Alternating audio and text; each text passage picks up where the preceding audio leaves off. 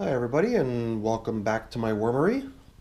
Today we've got 4 bins that are on the docket for feedings, and the 2 oldest bins that we're going to be feeding today are dated all the way back to October 31st and November 8th. And that puts those bins in that maybe, I don't know, 150 day age range. I can't remember exactly. And a couple slightly newer bins, one from January, the other from February, are also being fed today. These 2 bins here, the older bins of the two, have already been in a horizontal migration mode now for, I believe, 37 days. So the time has come for those 2 bins to get kind of switched back, if you will. I don't know what direction they're being fed in today. I believe the feeding zones are up here in the front. We're going to be feeding on the other side so as to get the worms to now start sweeping back through the material in the opposite direction. And that'll also aid in breaking down all the material that's in the middle of the bin. So on the menu today, types of melons, we've got cantaloupe melon, we've got watermelon, looks like there's even some orange peel in here. Quite a bit, so we're going to be feeding very generously today. So let me go ahead and get a glove on and we'll be ready to start right away. In addition to the watermelon and the cantaloupe melon, we've got coffee as well. So we're going to go and start with the newest of the bins. So this bin's only been around for a short period of time. So this makes this bin about 4.5 weeks old, if I would have to guess a number. The feeding zone was down in the middle here. Usually in the beginning, my bins are covered with leaves. That's usually a telltale sign that it's a fairly young bin. The bins of mine that are older in age and more mature have already had their leaves all broken down on the top layer. So now, something that's been in here for some time now is this apple. And it finally looks like it's getting infiltrated by worms. For the longest time we would check in on this bin and find this apple so much intact still that this stem would be able to hold the weight of the apple. At this point the stem has actually just popped right out without any effort at all. So it's good to see that the worms are finally making their way into the apple. It won't be long for this at this point. As we work our way down, we're going to encounter other things. Now here's an experimental object, which is a cork. Cork is, after all, just a type of wood. It's very soft and flexible, but it's also taking quite a while for it to break down. Looks like another apple, an apple core. And as we saw with the other apple just seems to take a little while. Here's another experimental object that's been in this bin, also from the previous bin. Some sort of like a chestnut or some sort of a nut item. And I rarely see any evidence of any sort of progress on this. Makes me question whether I really even want to bother with it. Alright, so here I am again, fiddling around, spending way more time than necessary. Okay, so let's grab a handful of fresh food here. Cantaloupe rinds, watermelon, some of the smaller bits from the bottom. Looks like we've got some vegetables in here as well. Since I'm doing 4 bins today, I want to make sure I don't overfeed in the beginning and leave myself with nothing in the end. So why don't we consider that as today's feeding, nice generous feeding. So I'll take all of this in progress stuff that we checked out along the way and scatter it across the top of the newly added food, and I'll put these interesting objects in the middle that we've been checking in on regularly, the cork, the apple, this unusual seed or whatever it is, chestnut.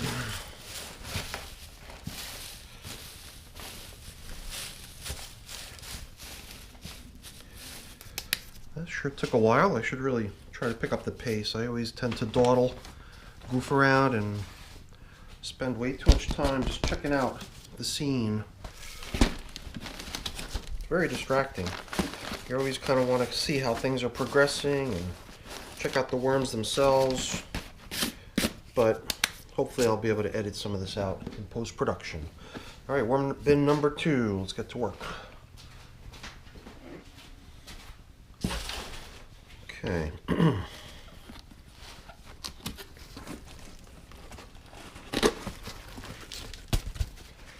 No newspaper covering this one, just cardboard. Now in this bin, we definitely don't have a lot of space remaining. So we'll see what we can do. We'll add as much as we can. And you know, maybe we'll even consider moving some of this uncomposted leafy material from the tippy top down into the feeding zone to help speed the breakdown of that stuff as well. Just because I need a little bit more space, I'm going to start using this cardboard here to give myself some space. I'm wondering if this might be a good bin to do a test, one of those neglected bin tests. I was just watching Emily's video on that, and the material inside that bin turned out terrific. This might be a good candidate for being intentionally neglected for 109 days or whatever it was she did. Had the same thing with our friend in London, did the same thing. And alright, so I think we've removed enough large items from the feeding zone to make ourselves enough space to add more. Let's do what we talked about. Let's take some of the stuff off the top and start by dropping it down the middle. Some of these uncomposted leaves. Okay, and that might allow us to push again more out to the edge.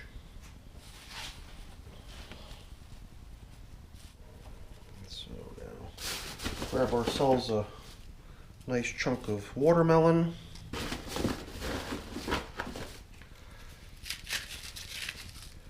A couple pieces of honeydew. No, not honeydew, these are cantaloupe, right? And we'll save enough for the other ones. Oh, how do you like that? I almost forgot. We've got coffee here too, right? So let's give them some coffee. I don't know why I always forget the coffee. It just sits there on the side. Neglected food item. And I guess just to keep it simple, I'm going to roll this pile of collected food, the older in progress chunks, right onto the top. And then we'll cover up with a big piece of something. Big piece of something. See no way of adding much more to this, you know, unless we end up just moving into a different bin. But I'm kind of out of room on my shelf, you know. If I went into a larger bin, then I'd have a hard time finding a spot for it on my shelf. So I am I'm more or less at my capacity limit. And I prefer not to exceed what I've laid out as my limit. So I think what I have on the shelf is more than enough to keep tabs on and keep care of. All right. Cool beans. Alrighty, well, man, every time I lift these 2 oldest bins, they are just getting heavier and heavier each time. A sprout growing once again, and another one. I guess just from looking at the shell, that looks like pumpkin seed. These must be pumpkin sprouts coming up. The feeding zone that we fed last is over on this side of the bin, and as I might have mentioned earlier, we're doing a switchback. And what I mean by that is that the worms have been getting convinced to come over to this side of the bin by putting the food over here for them for some time now. And as you can see, they've been doing a great job breaking it down. And I would have to think that there's got to be a tremendous number of worms down in this old feeding zone. But this is not where we're going to feed this go around. we're gonna begin feeding on the opposite end, so as to convince the worms to make their way over to there. And in theory, what that's going to do is going to kind of cause the worms in their transfer from one side to the other. They're going to presumably further break down all the material that's intermediate to the two sides. It won't take time for them to finish up what's on this side and feel that it's time to go seek out a different food source. But you can even see that the moisture level in here where the feeding zone is pretty high. It's much more damp vermicompost than you normally see in my bins, and that's perfectly normal if you're examining the feeding zone of your bins. There usually is a high degree of moisture around the feeding zones. So things look really, really good over on this feeding zone. All right, that looks really nice. Really good stuff happening over here. So let's go ahead and bury that old feeding zone up again. Try to push some of these larger hunks of food down into where the action is. Even put these sprouts down into here for them to eat. Hopefully I've damaged the roots on them sufficiently enough that they're not going to continue growing. And you can see this material looks really rich and beautiful. The worms are doing a terrific job. Oh, here's some more sprouts. All right, we'll add that to the new feeding zone. All right, so now I'm going to start moving things over to the side, because the horizontal migration number 2 for this bin is going to be on the opposite edge of the bin, to give ourselves a nice big space to drop in a nice new fresh feeding zone full of melon and coffee, stuff that the worms love. Here's chestnut that's been eaten. They're still occupying the shell, probably eating the shell itself at this point. There's stuff in this bin that might not eventually break down completely. Nah, not really concerned, not worry. It's just that I just got done, my last video, if you watched it, is me doing light harvesting, which is a very labor-intensive undertaking. So I do want to try to do things in a way that allows me to avoid needing to do that again.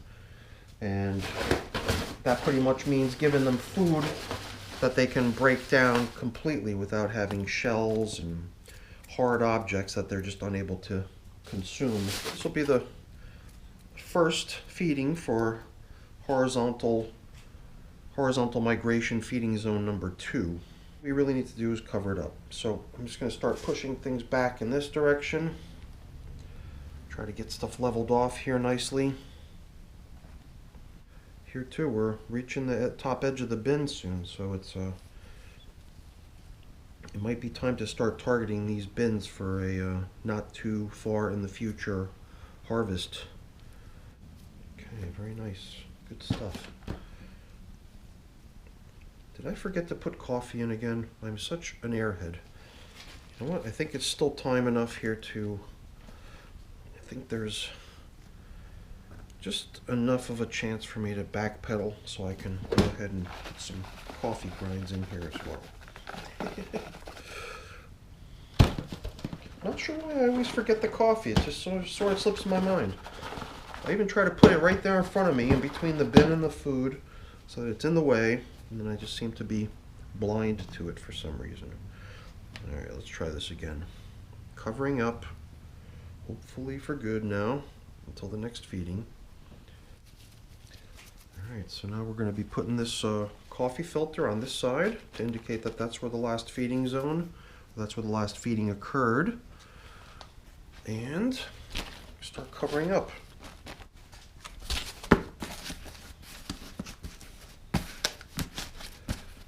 A very nice bin, except it's reaching its capacity. Okay, now last but not least is the bin that we had originally done a time lapse in of a pumpkin being consumed start to finish. When they roll into a ball, I used to love these little guys when I was a kid. We'll just turn them all into balls and we'll roll them down. Ta-da!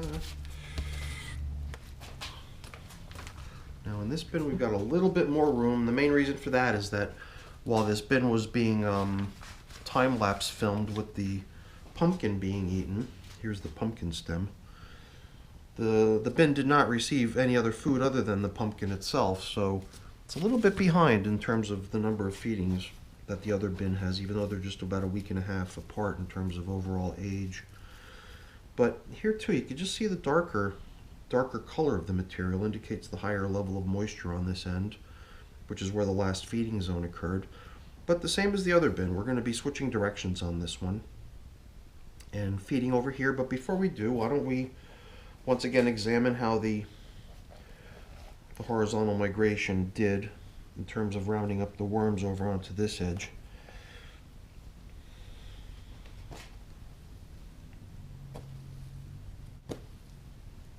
Trying to see if there's any sort of signs of the food items that were added most recently.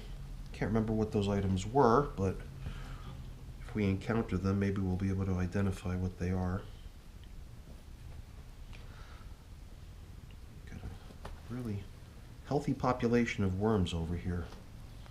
Doing a wonderful job. I don't see any signs of food in here. I see some leaves that I believe I laid down underneath the feeding zone at some point not long ago for whatever reason. Here too, some uncomposted leaves. Just scatter that about. I don't think it's going to last much longer for them. So in the case of this bin, they might actually evacuate this side of the bin much more quickly than the other bin, just because there's not as much food left in it. And it makes me wonder if it would have been a good idea for me to pick out those larger bits of food from the old feeding zone in the last bin, just so there's more incentive for them to leave. As long as there's big chunks of stuff that's taking a long time to break down, they don't have much of a reason to leave or to migrate across to the other edge of the bin. Here too, the material's got a much more moist feeling to it than my bins usually have. But that's to be expected in the feeding zone of your bins.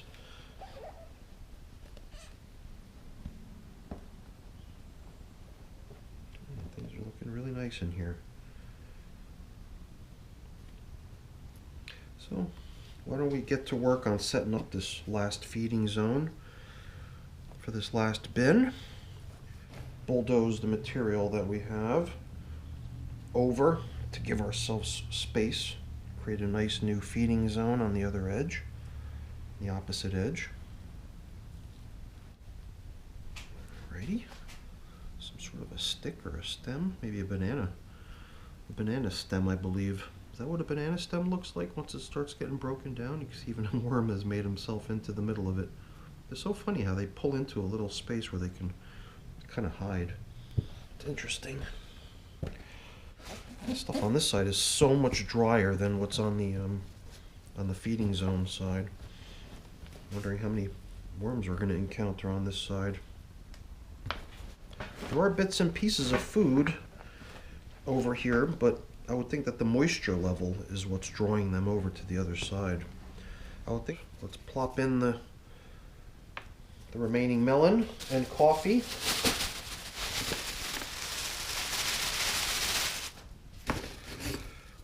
Cantaloupe, watermelon, more cantaloupe, nice and moist. They're going to dig it. This is the last of the coffee for them. Spread that out a little bit and cover up, let them get back to work.